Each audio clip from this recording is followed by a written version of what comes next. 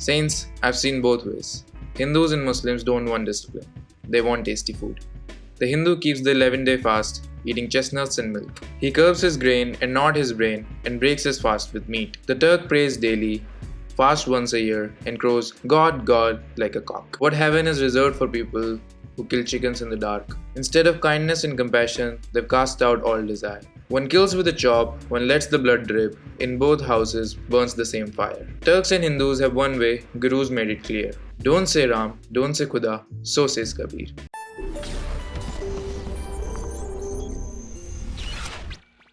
तो आप लोगों को तो पता ही होगा कि इस वीडियो से इतनी बड़ी कंट्रोवर्सी खड़ी हो गई थी, लेकिन हम उस कंट्रोवर्सी की बात नहीं करेंगे इस वीडियो में, हम उस वीडियो के कंटेंट की बात करते हैं। तो वीडियो में जो भी प्रेजेंट किया गया था और जो टाइटल था the power of Indian culture, वो उससे मुझे ऐसा लगा कि थोड़ा सा मेल नहीं खा रहा था या फिर वो थोड़ा सा मिसलीडिंग लग रहा था टाइटल मुझे, क्योंकि वीडियो में मेजरली चेस और फिलॉसफी के बारे में बात हुई थी और जो मैं सोच रहा था कि वीडियो में कुछ इस टाइप का कंटेंट प्रेजेंट होगा वो मुझे नहीं दिखा। तो मैंने सोचा कि क्यों ना मैं ही वो कंटेंट प्रेजेंट कर दूं जो मैं सोच रहा हूँ कि शायद वो उस वीडियो में ऐसा कुछ होता तो मैं देखता जरूर उस वीडियो को। तो उसके लिए हमें कुछ चीजें एक्सप्लेन करनी पड़ेंगी सबसे पहले। तो हम सबसे पहले एक्सप्लेन करते हैं कि एक्चुअली में कल्चर होता क्या है। तो अगर हम कल्चर की बात करें तो कल्चर एक बहुत ही ज्यादा ब्रॉड टर्म है, क्योंकि इसमें काफी ज्यादा चीजें इन्वॉल्व हो जाती है। फॉर एग्जाम्पल आपका सोशल बिहेवियर क्या है और जहां पे भी आप रहते हो वहाँ के इंस्टीट्यूशंस कैसे हैं, वहाँ के नॉर्म्स क्या हैं और वहाँ की नॉलेज, वहाँ के बिलीव्स, वहाँ की आर्ट, वहाँ के कस्टम्स, वहाँ की लैंग्वेज, बहुत सारी चीजें हम कल्चर में इन्वॉल्व करते हैं। और जब हम कल्चर की बात करते हैं तो कल्चर एक स्पेसिफिक लोकेशन या फिर एक स्पेसिफिक रीजन का होता है। अब मैं आपको एक्सप्लेन करता हूँ what is philosophy in a very brief manner.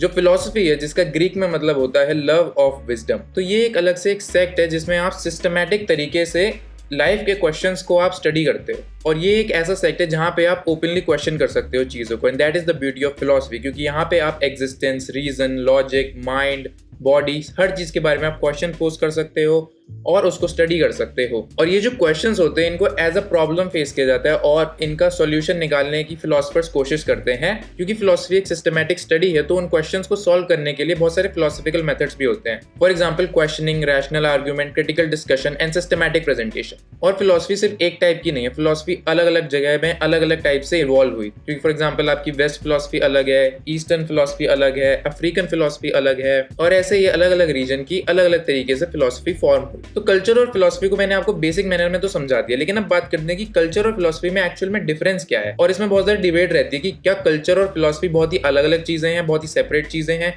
या फिर उनको हम ओवरलैप कर सकते हैं। फॉर एग्जाम्पल अफ्रीकन कल्चर में जो अफ्रीकन फिलोसफी है उसकी हम बात करें तो उस फिलोसफी को आप बोलोगे कि ये कल्चर का पार्ट है, या फिर उस फिलोसफी को आप कल्चर से अलग रखोगे। तो बहुत सारे लोग ऐसे हैं जो कल्चर और फिलोसफी में कोई भी कॉमनैलिटी फाइंड नहीं करते हैं, लेकिन बहुत सारे लोग ऐसे भी हैं जो कि इस चीज को सपोर्ट करते हैं, क्योंकि कल्चर की वजह से ही फिलोसफी उभरती है और फिलोसफी कल्चर की एग्जिस्टेंस को सपोर्ट करती है। यहाँ से हम एक चीज डिराइव कर सकते हैं कि philosophy and culture are both interdependable on each other. जैसे कल्चर एक बैकग्राउंड प्रोवाइड करता है फिलोसफी के लिए, and on the other end philosophy allows us to think, question, critic or accept or reject any thought. There are elements of culture in philosophy and pieces of philosophy in culture. Philosophy और culture के difference और similarity समझने के बाद now let's talk about the Indian culture. तो एक चीज आप लोगों को पता ही होगी कि Indian culture को बहुत ही सिंपल तरीके से एक्सप्लेन करना बहुत ही ज्यादा मुश्किल है, क्योंकि Indian culture बहुत ज्यादा डाइवर्स है, जहाँ हर 100 किलोमीटर के बाद लैंग्वेज बदल जाती है, लोगों के रहने का तरीका बदल जाता है, हर चीज बदल जाती है, उनके बोलने का तरीका, रहने का तरीका, खाने पीने का तरीका, लेकिन कुछ कॉमनैलिटीज आपको हर डिफरेंट कल्चर में मिलेगी। जब हम इंडिया की बात करते हैं तो जो हमारी हेरिटेज है, कल्चरल हेरिटेज जो हमारी है, हमारे जो बिलीफ सिस्टम है, हम सोशली खुद को कैसे प्रेजेंट करते हैं, हमारे एथिकल वैल्यूज क्या हैं, हमारे ट्रेडिशन, हमारा पॉलिटिकल सिस्टम, या फिर हमारी जो पुरानी एंशिएंट टेक्नोलॉजीज हैं,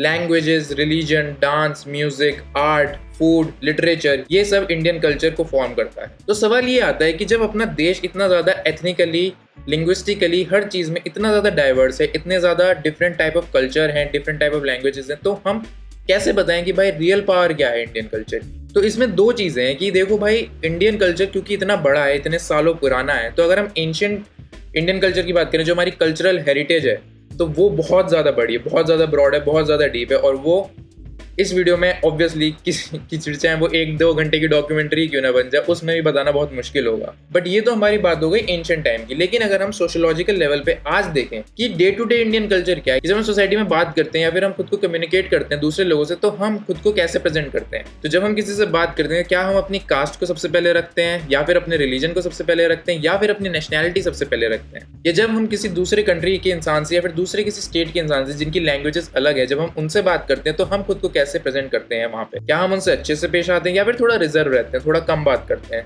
लेकिन हम यहाँ पे बात कर रहे हैं इंडियन कल्चर की। हम ना किसी रिलीजन की बात कर रहे हैं, ना किसी हम कास्ट की बात कर रहे हैं, ना हम किसी के अदर सेक्ट की बात कर रहे हैं। Because when it comes to being Indian, you are not a Hindu और you are not a Muslim, you are not a Sikh, you are not a Christian, you are an Indian and then Indianness should come first. क्योंकि अगर आप देखो आज के समाज में, अगर मैं जनरली बोलूं तो किसी को फर्क नहीं पड़ता वेदों में क्या लिखा है। Let me be very honest, do you really care कि वेदों में क्या लिखा है? डू यू इवन थिंक कि यार शुड आई रीड वेदास क्योंकि मेरे रिलीजन में है तो क्या मुझे पढ़ना चाहिए, मुझे देखना चाहिए आखिर लिखा क्या है एक्चुअली, इतने 5000 सालों पहले लोगों ने एक्चुअली में लिखा क्या। कुछ लोगों का जरूर इंटरेस्ट होगा इस चीज में, लेकिन मेजोरिटी लोगों का इसमें कोई इंटरेस्ट नहीं है। वेदास को भी छोड़ दो, इवन फिलोसफी में भी लोगों का ज्यादा इंटरेस्ट नहीं है। लेकिन जहाँ पे मेजोरिटी का इंटरेस्ट नहीं होता वहाँ पे एक माइनॉरिटी सेक्ट भी होता है जिसको इंटरेस्ट रहता है। तो जो हमारे वेद हैं या फिर जितने भी हमारे एंशिएंट टेक्स्ट हैं, अगर हम उनकी बात करें तो they are an ocean of knowledge. हमारे स्कूल में या फिर हमारे घर में भी इवन हम बात तो करते हैं कल्चर और रिलीजन इन सब चीजों की, लेकिन हमें बेसिक चीज जो है क्वेश्चनिंग, सवाल उठाना या फिर क्रिटिक करना किसी चीज को, ये सब चीजें हमें नहीं सिखाई जाती। हमें क्या सिखाया जाता है? That mitochondria is the power house of the cell. ये बड़ी अच्छी बात कही आप।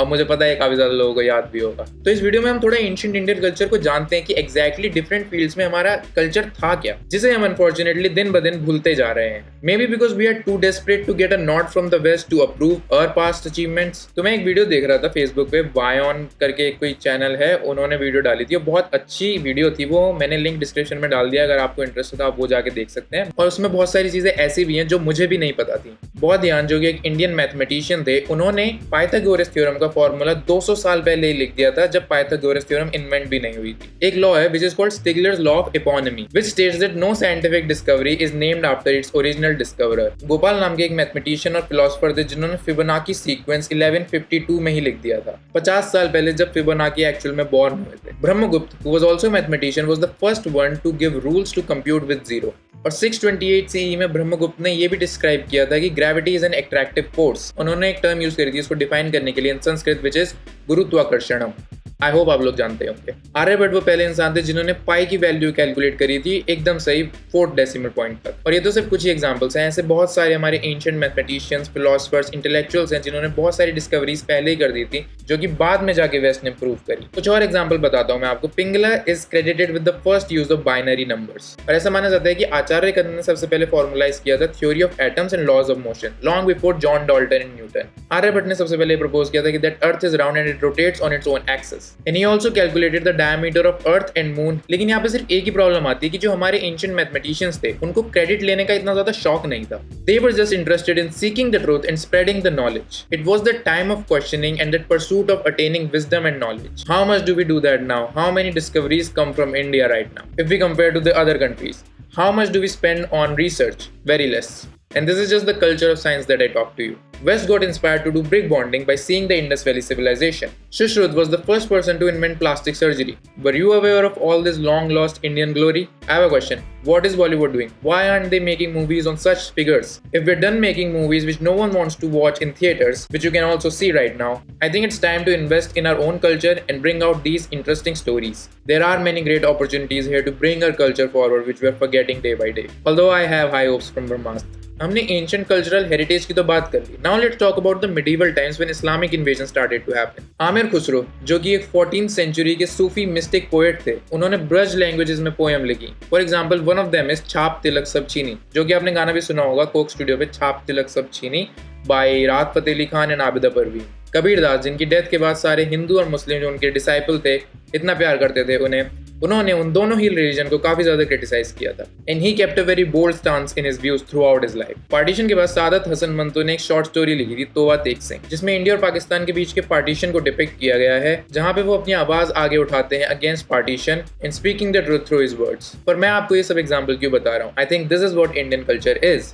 जहां हर किसी को अपने व्यूज एक्सप्रेस करने की फ्रीडम है, जहां पे आपकी कला भेदभाव नहीं करती है कि आप हिंदू हो या मुस्लिम हो या क्रिश्चियन हो या सिख हो। Indian culture is about being Indian, not being Hindu और Muslim and having tolerance. Indian culture वो है जहां दिवाली के दिन किसी मुस्लिम के घर भी दिए जलें और जहां ईद के दिन हिंदू के घर में सेवैयां खाई जाएं, या फिर क्रिसमस वाले दिन सारे लोग मिलके चर्च जाएं, which is what we call unity in diversity. Indian culture वो है जहाँ पे मतभेद भले ही होते रहे लोगों के बीच, लेकिन कभी भी मनभेद ना हो, जहाँ पे हार्मनी रहे, जहाँ पे पीस मेंटेन रहा रहे, लोग सुख शांति से प्यार से मिल बांट के रहे। आप लोगों को वो शो तो याद ही होगा, तारक मेहता का उल्टा चश्मा। कुछ लोगों को शायद क्रिंज लगे, but I think it is one of the best Indian TV show ever, because that shows the true Indian culture from a societal point of view, कि सब लोग अलग अलग जगह से आए हैं, अलग अलग कल्चर लेके आए, लेकिन कैसे मिल बांट के रहते हैं as a part of community where we respect each others cultural values and their tradition while being modern at the same time. And that show gives us very deep philosophical insights if we look closely, if we have the power to look closely. That is the power of real Indian culture. कि जब मैं college जाता हूँ तो मेरे साथ लोग north east से होते हैं, कोई साउथ इंडियन होता है, कोई बंगाल से आया होता है, कोई राजस्थान से आया होता है, कोई दिल्ली का होता है, कोई हरियाणा का होता है, लेकिन जब हम साथ रहते हैं, we sit together and we learn.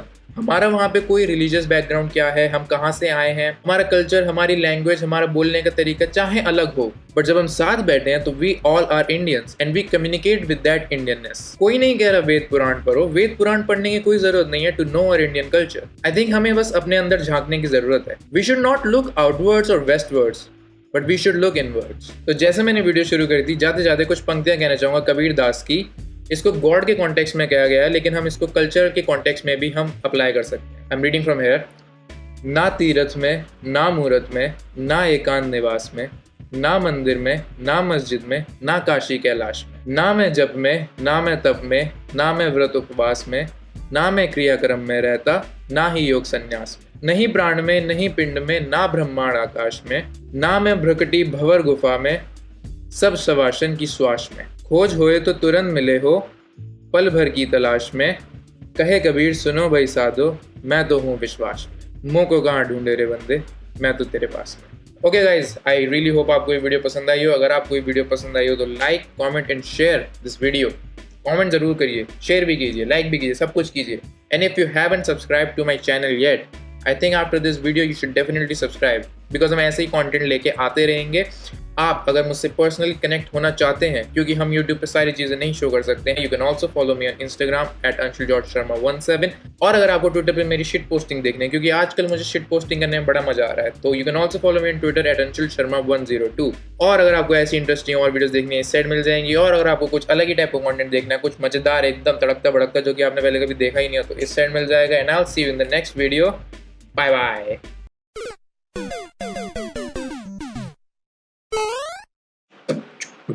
Outro CTS. Okay. That was good. That was good. That was good. That was good. Good. 47. Boop.